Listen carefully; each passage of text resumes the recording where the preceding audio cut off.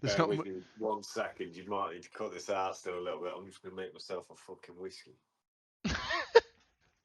You've got me in the mood for a whiskey. I've not had one in months. Is this what we're going to do now on Sundays? Just get slightly pissed and chat shit? I mean, it sounds like a great premise for a podcast, if you ask me. Right, what we're saying. So you got yourself a whiskey. Mm-hmm. Right, so I was going to say, we don't have a name for this either, the podcast. No.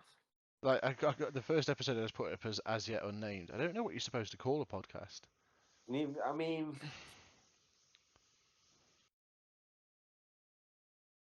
it's hard with this sort of thing because I feel like a name would make it. But then also, like, will you not just think of a name eventually, just out of like maybe something? I don't know. Hey, maybe we'll come up with a name at some point, or maybe we'll just go on unnamed forever. Maybe we can leave it up to the public to decide. The unnamed podcast. The unnamed podcast. Maybe not the infamous. With unnamed people running it. The unnamed podcast is. It has an Instagram account. Oh, really? But to be fair, yeah, it's called Unnamed Pod, hosted by the paintball player and Jay Silvery T. They've only got 38 followers for the podcast. I mean, they're doing better than us, mate. Yeah, do you know what? Well, you know, it's easy. It's easy to punch up. What'd you say? Oh, to be fair, they haven't actually posted since. They haven't actually posted since 180 weeks ago. So I can assume that they have gracefully let them back down. They knew some absolute titans of the game were coming in, and there's no way they would have been able to compete with us, so they've gracefully backed off. Fair enough. Fair play to them. I mean, I'd be scared of us. I'd be scared of us too, with high quality stuff that we talk about and the intellect that we bring to the podcasting genre with no experience and roughly cutting them for YouTube because I can't be asked to do the rest of it, you know. Oh yeah, we'll start somewhere, mate. Yeah, exactly. Plus, hopefully at some point I can maybe just hire someone to do an actual good job and sort stuff out and make graphics and things. Jess has already. You started walking around the gym with a cameraman, are you? No, God, no. I'm never gonna. Well, I don't know. Mr. Ferguson, we've got some things to address from the last episode, as we are now officially podcasters. This has been a consecutive one. We had a pilot episode, hence why it's called episode 0. This is now an official episode.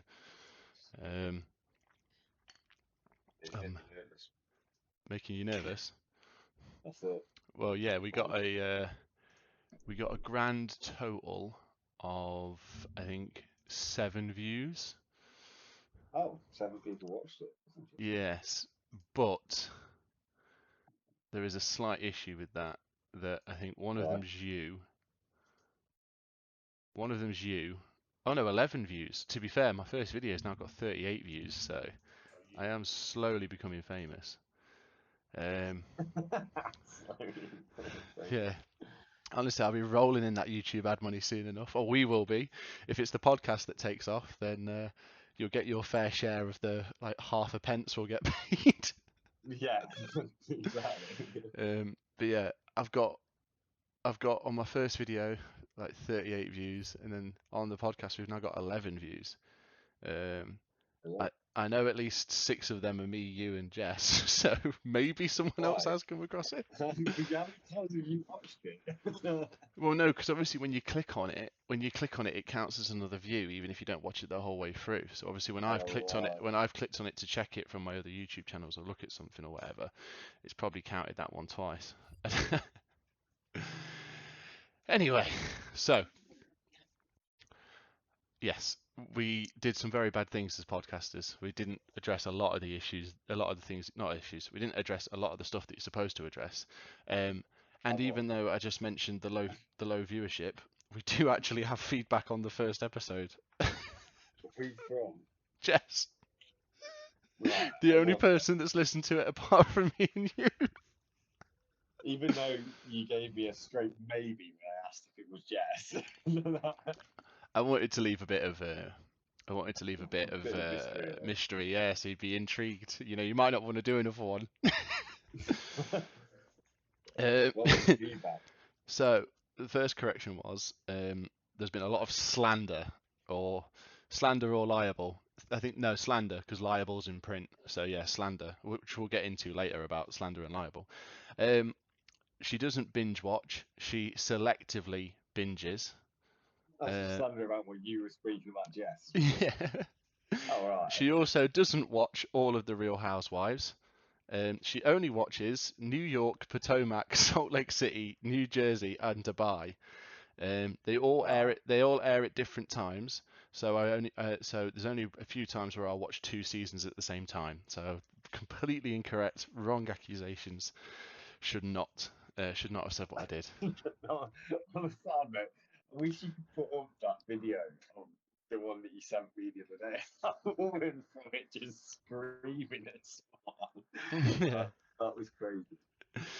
Yeah, so I think essentially what we can go for on feedback here, or what we can go with, is that we've essentially only had one viewer that's not me and you on the previous, and it's resulted in a complaint. So we have We a, start, we have 100% disapproval we start how you mean to go on. on our first episode. So That's it. the good thing is, it can only get better from here. Maybe, maybe. Hmm. We could get two complaints this week. Yeah, but it's still 100%. That's all right. The percentage can't go up. Oh, fair. You can't go up from 100%, so it's only up from here, baby. We're definitely going to get cancelled on doing this. This is just You, so well, you're going to funny get us right now. cancelled first, I reckon. With Well, definitely. Yeah, with that's fine. yeah, with your outlandish opinions. My outlandish opinions. Yeah, right. Anyway, Not we'll well thought out. no. Right,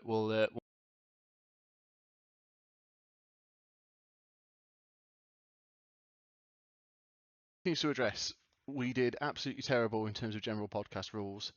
Uh, I I don't think either of us mentioned the other person's name or who we were or how we know each other or any kind of background. No, I'm sure you introduced me at the start of it. I don't think I did.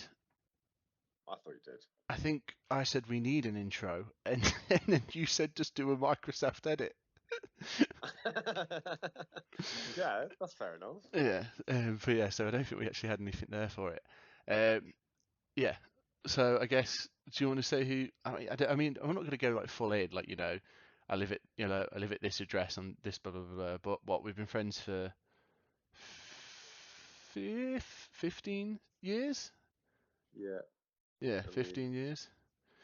To be fair, we did let everyone know we were straight white men, so at least they know that, which is I'm important. sure they know our names, mate. I don't. I think this is unnecessary.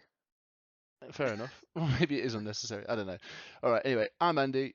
I'm not Andy. No, You're you're Andy. not. You're. I'm Andy. I've now become Andy. You're Andy. I'm Seb. We've known each other for 15 years, and we're both English, technically speaking.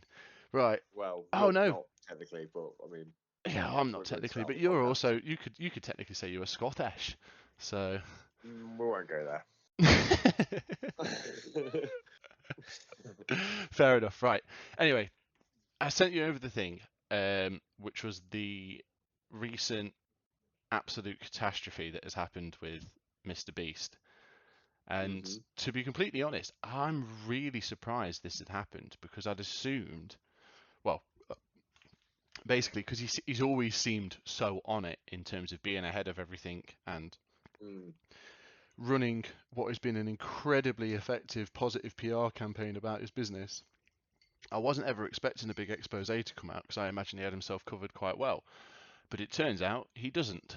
And that, what was the guy's name? Was it? Uh, Yeah, you might have to fill in some gaps. I don't know a massive amount about Mr. Beast, actually, to be honest with you. I've not watched a lot of his stuff, to be fair. But I yeah, know he's massive. yeah. So he's called Dogpack404. Has made a video. Was made the But video. that's the guy that made that video. Yeah. Right. Um, which has caused a massive. Well, it's got 13 million views, which is obviously obviously mental, but especially for someone with one YouTube channel. But I guess that's just the pull you get off Mr. Beast, having Mr. Beast's name in your video, and obviously Yeah, with it being so especially with something controversial. like that. Yeah. Yeah. Maybe we should. Maybe that's what we'll call this. Mr. Beast is a fraud part 2, and see how see it, have a We're big. definitely getting sued on our second episode, mate. Game over. No, Game over. I don't think. Yeah, to be fair, that would. I don't think. I mean, what can he sue us for? We're not a company. We haven't got any money. Just defamation. Yeah, defamation. Fair enough. Well, to be fair, it's only defamation if it turns out not to be true. And he's in America, and we're in England. So I reckon we'll get away with it. We'll find out. I'll take your word for it then. Go for it. Let's just go ham. Right. Anyway, so the video's come out that says he's a massive fraud. That Dogpack 404 put up. He's then put up a second one, which is an interview with a former employee. Yeah. Yeah, I watched that one too, to be fair. Yeah, and it's kind of so like basically he started ages ago with just doing stupid internet stuff that was kind of really interesting. Who's this you talking about? Mr. Doctor Beast, Mr. Mr. Beast, Beast, yeah, yeah. like he did. Oh god, it was so stupid. He did a Twitch stream where he counted to 100,000 sequentially. Wow. So he literally went 1, 2, 3, 4. How long ago was all this? Oh, that was years ago, years and Yeah. years ago. But that was a big thing that got him a bit of notoriety because obviously it took him ages. And then he's been really good at doing stuff on YouTube. Like he's been unbelievably good at playing the algorithm over the years and doing whatever he's been Yeah. doing. I watched a few. I've seen a few things of his. Like he did that big Squid Game one. That was quite an interesting one. But a lot of the stuff that they went over in the kind of in the video, I thought was pretty standard practice and that everyone knew. Anyway, I mean, how much of We're talking about the first video, aren't we? yeah, the first video. Yeah. Yeah, I would say so. I think a lot of it as well is just general sales stuff. Like, I'm Yeah, not gonna lie, like a lot of it just seems like, I mean, I get the point is that he's sort of making is that obviously this is all targeted at kids, yeah, and some of it is pretty like hard selling. Like, do you know what I mean? Like, it's that sort of stuff, which is a bit odd. But like, I don't think it's that different to what else goes on. Like you say, like it's no different to Prime or any of these other companies. You know what I mean? Anything like that, really. They're on YouTube, especially. yeah. That was kind of my thought process. Is that like when he was doing the videos and he was saying like, and he was like doing the breakdown and stuff. Like obviously the bits where they're conning people or tricking them with saying that things are signed by Mr. Beast or not delivering on the promises that they said they should do. That Yeah, that that's somewhere. But that's genuinely just like just shithousery. But outside of that, like all the other stuff of where he's like, oh, he's saying here that they can't be making money doing this. I was like, well, that's just. Do you know what it felt like? It felt like do you ever watch QVC when because yeah, it did. Yeah, yeah. it It's like one felt of those. it, 100%. yeah, it felt like that, but rather than target it at old people that are for some reason still buying things by calling up a number to order stuff off the telly, it was done through Twitch and targeted at kids and just constantly like rather than doing the Yeah. old The other thing I don't really get though is like the targeted at kids thing is it's like the parents have got to be paying for it if the kids are doing. Do you know yeah what I mean? Like someone's got. So it's like there is a layer of what, and I mean, like you say, if they're like promising this person's going to get 100 quid in the thing and they don't, it's a bit dodgy. But like I still sort of just think it's like the parents have chosen to pay for that, and then they go on and complain like afterwards when they realise it was probably a stupid purchase. But it's like you just spent 40 quid, get over it, love. Like, do you know what I mean? It's not that deep. that is one of the things that I do like about this, that although we've been friends for quite a long time, I do think we'll often have very different approaches or opinions on things, which would be quite good. But Yeah. yeah, and that's the kind of thing that seems so weird about it is that like with the QVC stuff and when they're like trying to sell back and forth or like trying to like I said when people would ring in and buy stupid stuff like it's just all the same kind of tactics. Now, to be honest, I didn't know he'd done any of that. I hadn't really followed any of that closely, so it's interesting to I've never understand. watched a live stream ever. No, I've never watched a live stream, I can say that. But never seen, I didn't know Mr. Beast even did these like live streams. Why do they all look like he's in some weird, like, warehouse warehouse. garage thing. Like it's like it Because looks like a really odd place. it'll be It the is all the stock time. warehouse, and they'll be making the whole thing of, oh look, we're here with all the shirts, we're gonna get them out, we're gonna get this out, bosh bosh bosh Right. bosh bosh. Um, So but yeah, I don't. Yeah, streaming to me is just something I don't get. It's really bad. Like I I feel like don't it. get how anyone has the time to watch that much. Do you know what I mean? Like, Yeah, like say, I think I said it on the when we were talking about something to do with it. I don't know if it was on the last thing or not, but like a lot of it must just be boring. Like, do you know what I mean? It can't possibly be filled with just entertainment all the way through. yeah. I think a lot of people like the idea of they have that thing of it's live and anything could happen. Yeah, You yeah. don't know, and that kind of suspense. But yeah, because Anything could happen. yeah, because I hate it. Like the one of the things that I like is that the internet works on your time frame that I choose when I Mm, watch my stuff, and everything gets watched when I decide, rather than someone telling me I'm streaming from this time to this time and you need to be here. I'm like, no. But I yeah, know a lot. To be fair, depending on with the big streamers, I don't really know. Once they're massive, then I don't really know what you're getting out of it. But I guess with some of the smaller ends, you do get that kind of interaction where you get to talk back and forth and have those little bits. But at the end of the day, it's not for me.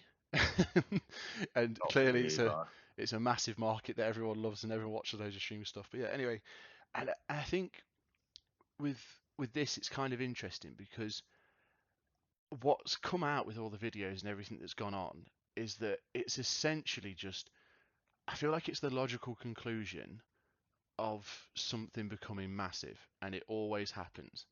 And the reactions that everyone's had to it, look, maybe he should be given the grief that he is, but it's just what happens as time goes on, as anything Yeah. becomes bigger and bigger and better and better. Like corners get cut, things get done differently, everything gets lost in the pile of middle management and the people that work there, and it's But never. also, it's just kind of run by a group of like, do you know what I mean? It's not like they've got probably like people with real experience dealing with something that big properly before. It's just them, innit? I guess. So it's all Yeah, just gonna get a bit messy as well. Like, and then that is the second thing, is that although Mr. Beast is an incredible YouTuber and clearly ahead of everyone else in the game in terms of running a YouTube channel, he doesn't know a, well, he might know, but he doesn't seem to know much about everything else. Like marketing, incredible.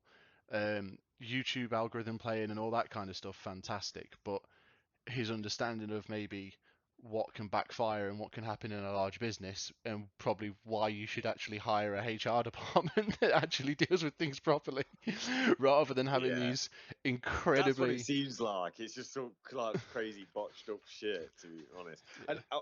I will say, like, you know, that second one, the second video where he's doing the interview with that bloke, Mm. like, I mean, some of that does sound like he sounds pretty traumatized and everything. But I also kind of think like you kind of knew what you were signing up for, mate. Like it's like a solitary confinement challenge for 30 days. Like, Yeah. I mean, I get the weird thing about not turning the lights off or whatever. That's a bit off, but like, I didn't really have a huge amount of sympathy for the guy because he still got at the end of it. He quit after however long, got 100 and something grand just to be on his own for a couple of weeks. Like, I don't know. sounds like if I pay you 100 grand, you'll do it. I mean, I would do that 100%. Can I have weed? No, actually, sorry.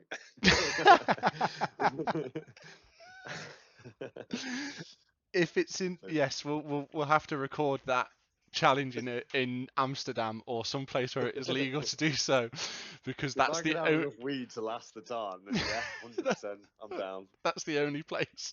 That's the only place we'd ever do it. No other circumstance would that ever be consumed. The Well, devil's lettuce, as they call it. I Yeah. mean, you do it anyway nowadays, mate. Yeah. Well, to be fair, I think legalization for that is probably something that will come to the UK at some point. It must do. It Like, can't be long. I no. mean, when you think about all the like, there's some crazy places. Like the fact that Thailand legalized it is crazy when you think about like their drug laws over in that part of the world. Do you know what I Why are they mean? are they Like, strict in Thailand?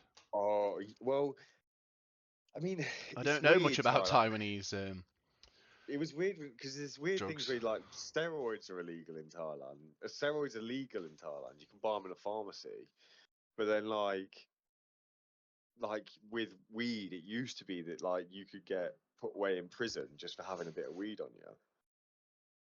and that's legal. Like it in some parts of Asia, it's way more strict than that as well. It's crazy what like having any sort of drugs on you. I met these. I don't know how true this is, to be fair, because it was just two guys in Japanese guys when I lived in that hostel in Australia that told me.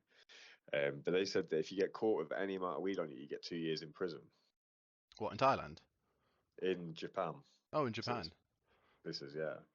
But it's all strict all over that part of the world, really, Oh, on drugs. fair enough. I guess it's that Western influence. We're all corrupted.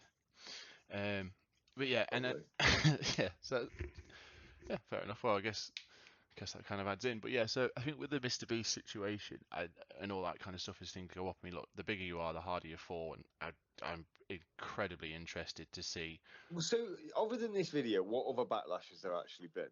Well, there was a thing, a while ago, and by a while ago I mean like 2 months ago, but in the internet that's basically decades. There was a guy that worked for him called Chris Tyson, who then Yeah. transitioned to become I think Ava Tyson.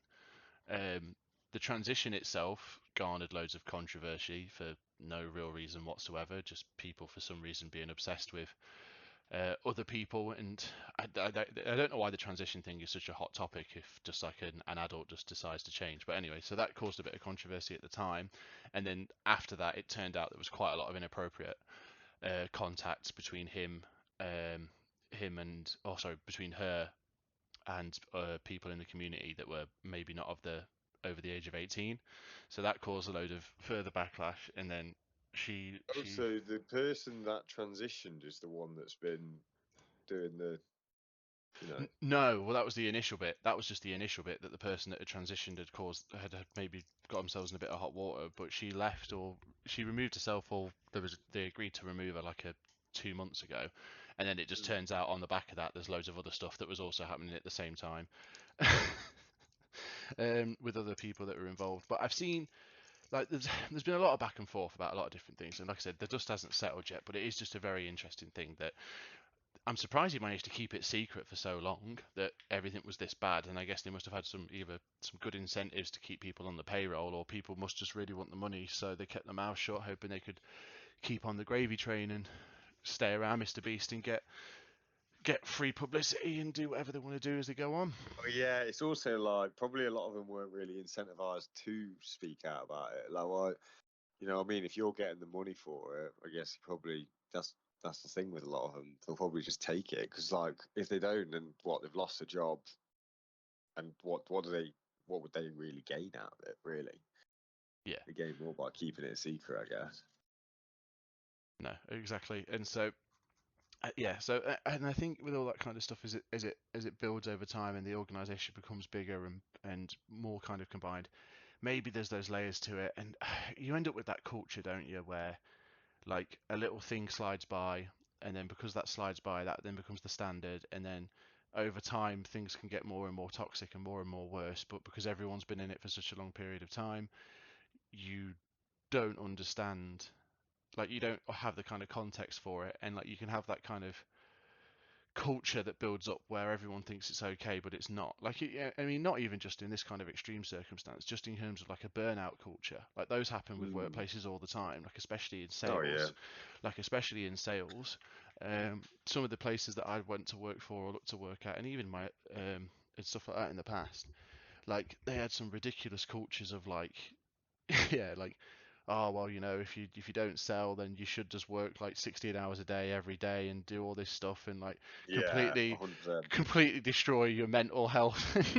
I worked for a week for one company. I won't say the name of them, obviously.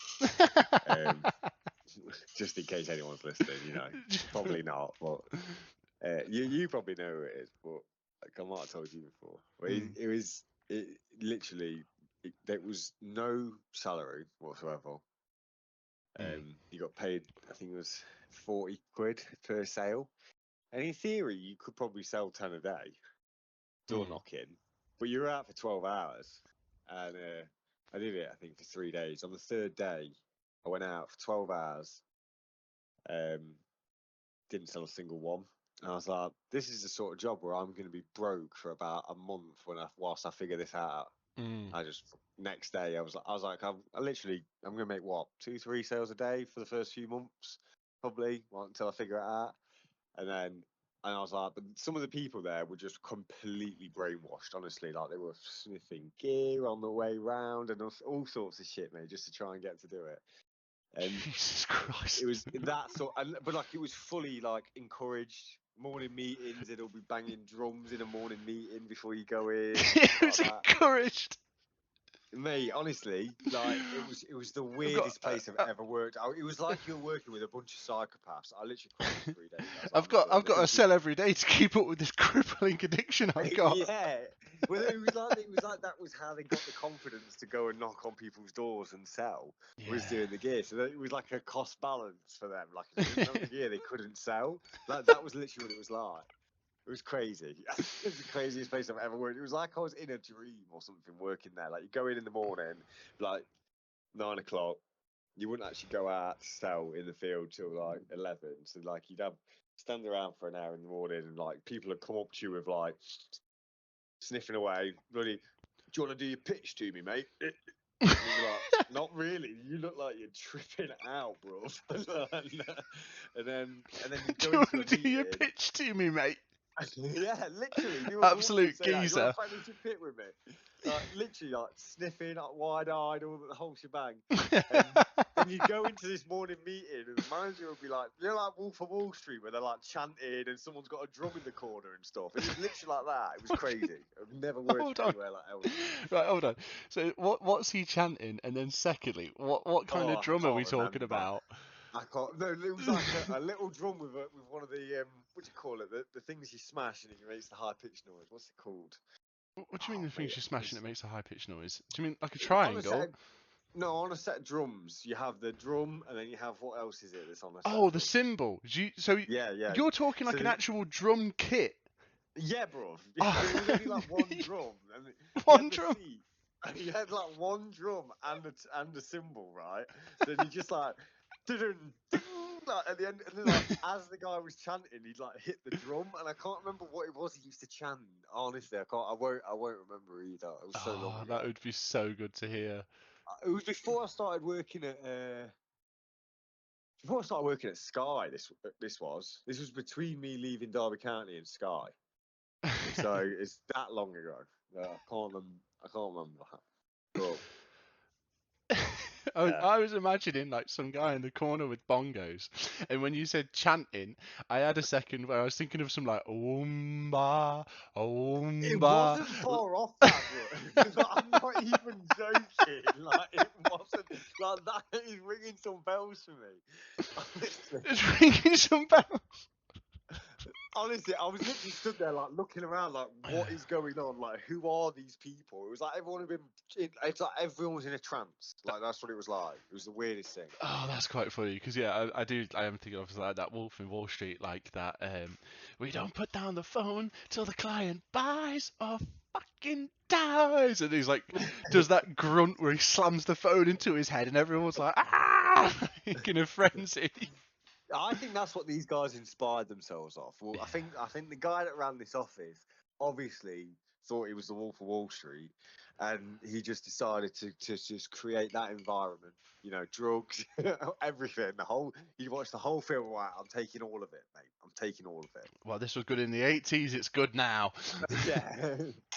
We'll do the drugs, the shady deals, the exploitation of old women. Do you know what I mean? Like, Well, that was the thing that we had. Like that on the note of that, I went to go look for a company, and it was this. It was oh my god, it was like one of the most depressing companies I'd ever gone to work for, and I'd like genuinely. So it was a company that sold security alarm systems for at-risk people or old people. So you get like a necklace where you can. bloody hell did you work for these? I didn't work for him. I didn't work for him. I went for the Oh, interview. it's an I went for the interview. I went Right. for the interview and got offered the job and decided straight against it. So I turned up. And it was on like a rough industrial estate in Derby, and like Derby's pretty rough generally speaking, so it was bad by those standards. Um, and I turned up and I went to this building, and it was like one of those old rundown buildings where they've got that old like, you know, that kind of translucent glass where you can't see through it and it blurs all the stuff on the door. Yeah. Yeah. I know what you mean. So it was like that, and it was kind of like knackered and run down and all yellowy. And I turned up, Right. and there's not even like a sign on the door that says what the business is. It's just like, industrial estate, whatever. So I go in, and then some guy comes down in these, I'm guessing like 40s, 50s. He's got like a grey suit, ill-fitting, bit of a big guy. Um, and he's like, "Oh yeah, I'm busy at the moment, lad. Just give us one moment. Give us a moment. Have a sit down here. Have a sit down here, and I'll get you. Do you want a coffee? Do you want a coffee?" I was like, "Yeah, I'll have a coffee." He's like, "Yeah, I'll get you a coffee, and I'll just go something out, and then we'll go through the interview." I was like, "Oh, no worries." And he takes me through into this like atrium area, and all there is a battered old sofa, like that's it, and an old coffee machine, but like not like a proper one, like one of those ones where like where the tiny cups, and it's just knackered. It looks old as anything. Yeah, I know exactly what And you then mean. he's Like stuff like, they have in the dealerships. yeah, like in the dealerships, exactly. But he goes to me, he goes, "Oh, what do you want? What do you want?" It's like, "Oh, just a black coffee, da da da da."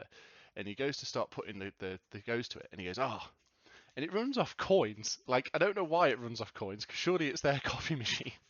I don't know if they've got. Yeah. I don't know if they've got a third party running this coffee machine for him, because there's only about 4 people in the building, so it can't be Some making that guys much money. come to take a cut of their coffee machine Yeah, at the end of every day. that's what I mean. This loan And then, shark comes with his fucking bodyguards for it. yeah, and then he goes to me, "Oh, have you got any change? I don't know if I've got the right change for it." I was like, "Right, so you've It's offered." your coffee machine. I was like, "So you've offered me a coffee, and now I'm gonna have to finance it as a part of my interview." Because he hasn't got the right change. Then he goes to scramble around, buys me this coffee. It comes out. It's absolutely awful, but we're in now anyway.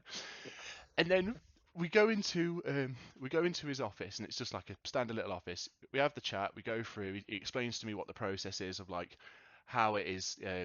We walk around the estates. You go into the doors. You explain to people. It's again no salary or commission based. You get 350 quid a sale. But the alarm systems you're selling are like, pretty expensive. And essentially, the job boils down to you convince vulnerable or elderly people that they need these alarm systems, and then try to convince them to overpay for it so you get more commission.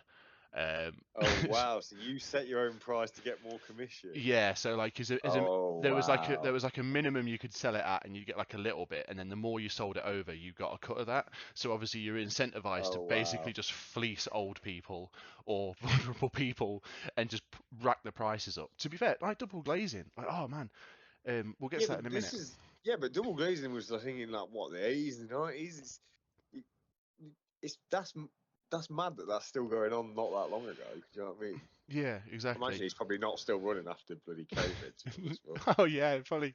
Yeah, because to be fair, I'm sure an established faculty like that had the systems in place to survive the pandemic. yeah, exactly. That's Um, what I'm thinking. but then yeah, and he's like, and he goes, "Right, I'll show you the sales floor." So like, or the sales office. I was like, "Okay." So he takes me through, and it's a small room with like two half good windows in it. Um, and there's like like the desks we had at school. Hmm. There's those. There's 6 desks like that. Not like computer desks, not like proper desks, just school desks. Right. They've all got like a handset phone on them and just a stack of paper. My God. And he's like, "So here's where you'll do most of your days. You'll use this to book your appointments." He's like, "Here's all the numbers that we've got, and you just sit here and you just ring the numbers. And there's other guys in there." And I'm like, "That's it. Where Like, do they get more numbers from? Like, what happens when you run out of numbers? I don't know." Do you just ring them again? You just Like, ring them again, and just because over and over. yeah, Because because the same 60 people have been offered yeah, the alarm systems for the last 20 years. yeah. No one's ever bought them. Every now and then you get lucky. You get someone with Alzheimer's. You get repeat. You get repeat business, and you sign them up every week. For fuck's sake. There's one guy. There's one guy that's had like 40 people back to back sign him up. He's got like 16 necklaces on. So if he has an accident, he is covered because he's got like 14 alarm systems set up. Jesus Christ. But yeah, anyway, and I was like, right. morally, just to start off with, I don't like the idea of basically trying to fleece people that are very vulnerable into buying alarm systems they may or may not need. Secondly, this whole business is so shady. Yeah. I was like, I want nothing to do with this, but it was just such a weird situation to go into. Where did you find the? Where did you apply for it from? Probably would have been Indeed or one of the online websites. That's where I did most of my, like, when I was trying to get into sales. That's where I Yeah. found most of the jobs I came across. But yeah, it was so funny. Yeah, do you know what? I'll have to have a look and see if that business still exists. But anyway, but yeah, what you're saying with the double glazing, that still kind of goes on. I don't know how bad it is, but we had a guy come work for us, and he was like, "Oh, you start, mate." He said, "You have no idea." He said, "With double glazing sales, you could do like loads of stuff." And they had the same thing. Like, you had a base cost you could sell for, and then you could make additional commission on top of that. And To be he, fair, I'm not gonna lie. I was able to do that at the art when I worked for the art company.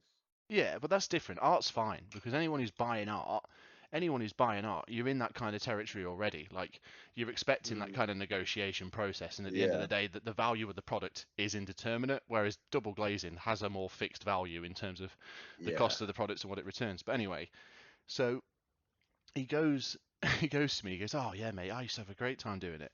And I said, "All right, well, what do you mean?" He said, "Like, well, you could just make up the price." And I said, "How could you just make up the price? It's like, how would you know what to charge?" And he goes, "Oh, well, if I was in someone's house and I'd be like, this is a pretty nice house, and I'd have a look around, see if they've got any like expensive things around the house, go out, have a look at the cars, like, yeah, there's a pretty expensive cars."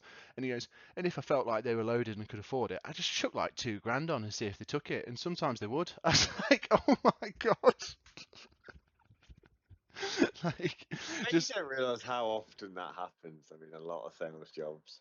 oh I yeah. think a lot of things are like that. Well, that is one of the biggest things I learned about being in sales, is that the ability to negotiate is so important, because Yeah. there's so many people that will just not do it, and we like, you get it all the time. You sign some people will fight you tooth and claw, or tooth and nail, sorry, as they say, to get, like, "I'm not paying that, drop that. I've looked at these other like, they will, and other people just go, yeah, cool, and just, I know, trust me, mate. I see it all the time at my work. mm, The only thing with my job is it's kind of a bit difficult because it's like the price is the price. I can't change unless I change something on your holiday specifically. Like it's not like, oh, you want to stay at the Oberoi Hotel, I'm charging you 500, I'm charging you 700 quid a night. I can drop the price to 500 quid a night. It's like, if you want to make it cheaper, you're not staying at the Oberoi Hotel. That's basically what it comes down to at my work. But yeah. even sometimes you get the same thing. Like some people are just like constantly like, I found this individual hotel. And because it's all package prices for me, I don't actually really know how much some of these hotels are per night when I just get a price. Do you know what I mean? So, and whereas they'll go, oh well, I can get this online for whatever price a night, and I'm like, okay, like I don't know what that, like I don't know how much I'm getting it for. I'll be honest with you, this is just the price I can get it for. But some people will just come in and they'll just go, soon the first time, put the holiday together. First thing, they won't have even actually properly looked at it, and they just go, yeah, book it. It's like, this is a 33 grand holiday. Yeah, book it. All right, okay, cool. I always think I'm going to get a call off someone the next day, like, can I cancel this holiday? Like, do you know what I mean? That's quite interesting. Yeah, but again, you get people that work like that, that just, yeah, people just don't negotiate. And then sometimes you can have loads of fun with it. Like, it can be really fun just to, like, just to do it in circumstances where people aren't expecting it. Yeah. Like, even just like small bits, like at a restaurant. "Ah, I'm not paying that." "You what?" "Nah, you could do it cheaper." And then just like look at you really confused. You're trying to negotiate a deal with the waiter. Go to the cinema at the ticket office. Yeah, No, I'm not paying. like that kind of stuff. Because you can get, like, there's definitely stuff where you can have those kind of negotiations. Like, a guy at work was buying his first car recently, and I said to him, "What's it up for? 1 grand?" And I said, "Well, and I said, "Oh, what are you going to try and get him down to?" He's like, "Oh, I'm just going to pay 1 grand." I was like, "No, no, no, that's not how it works." Like, the guy that puts the car up at 1 grand knows he's not going to sell it for 1 grand, and he's expecting someone to offer lower, so he's already gone higher than the price he already wants. So you need to go in Yeah, lower than what he is, and then he'll meet you somewhere in the middle. And he was like, "I don't know if true. I want to do that." I was like, "You've got to do that. Like, it's the rules. Like, you can't just give them the asking price. That's not how it works." Like, Why would you not want to save money on as well? oh, Like, because what does that? some people don't like having that kind of push through, do they? That kind of awkwardness of like, "Oh, I want a bit less. I want a bit of this." Whereas, like, I see it more as just part of the experience, I guess. Yeah, It's like have you ever watched Life of Brian? No, I'm not. No. Okay, well, there's Life of Brian, some old things by Monty Python, and there's a good scene in it where he goes to him and he goes, I want to buy this vase from you. And he goes, it's 20 shillings. He goes, fine, I'll give you 20 shillings. And he goes, you've got to haggle. You can't just say you want to pay it. And he goes, what do you mean? He goes, can I not just buy it? And he goes, no, you've got to haggle.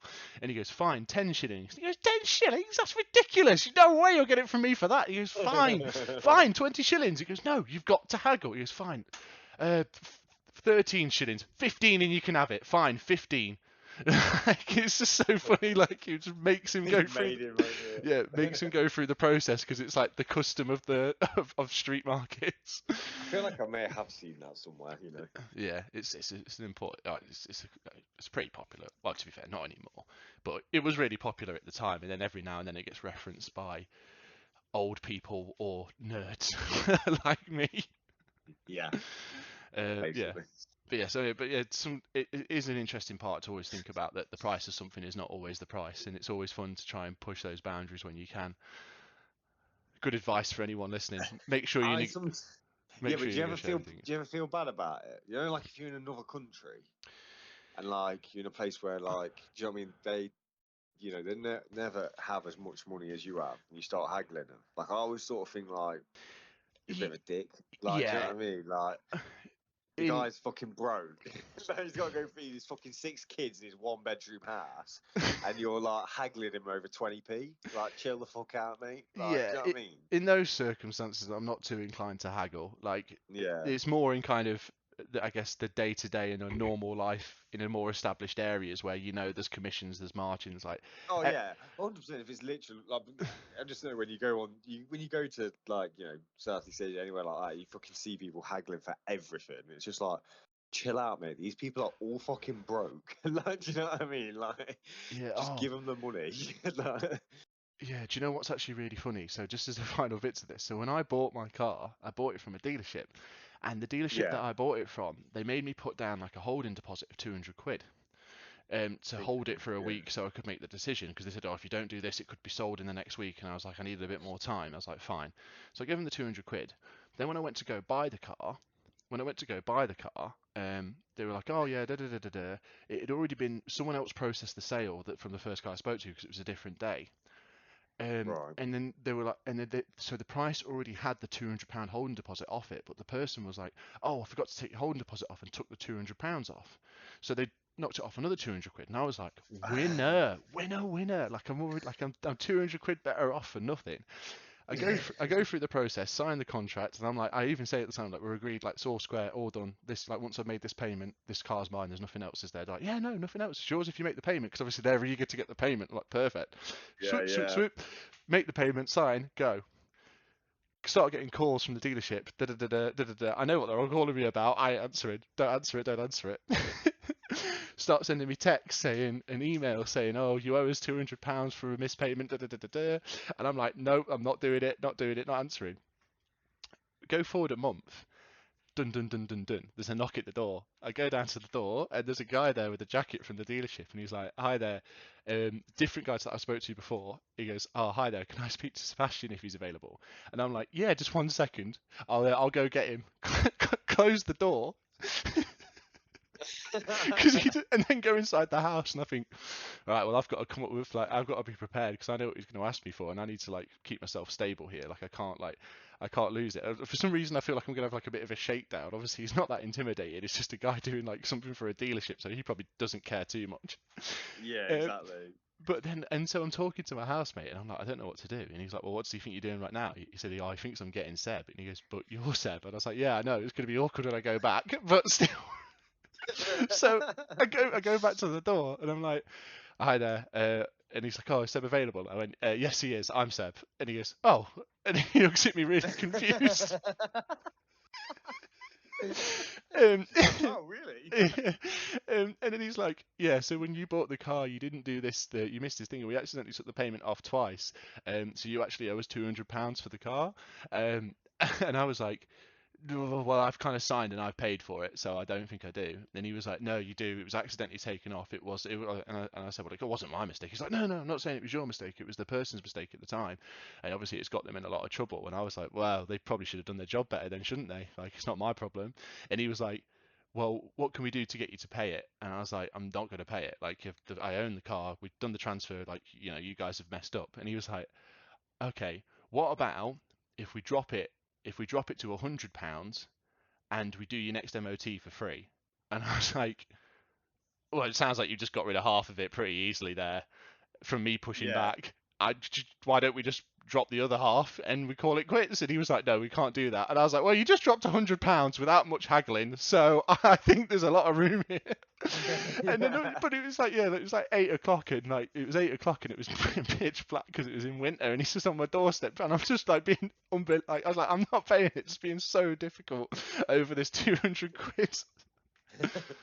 To be fair though, I do think with something like that, if you've let the car go out the door without paying it, you can't just force someone to pay at that point. No, you can't turn up at someone's house. Like I said, because they sent me an email afterwards, like following on from it, and I said that I felt to get him to back off. I said that I felt threatened and I was being coerced by people turning up at my door. You should have, yeah. I didn't threaten to call the police. No, I just said that I felt like it was a threatening tactic, and I felt like they were I was trying to be forcefully coerced into doing something I didn't want to do. And then after that, they stopped speaking to me because they probably thought, "Oh no, this guy's going to make this difficult." Yeah, exactly. Oh Well god, played, to be fair. Got yourself free 200 quid for your I car. know, Not bad. not a bad deal at all. Right, lovely. Oh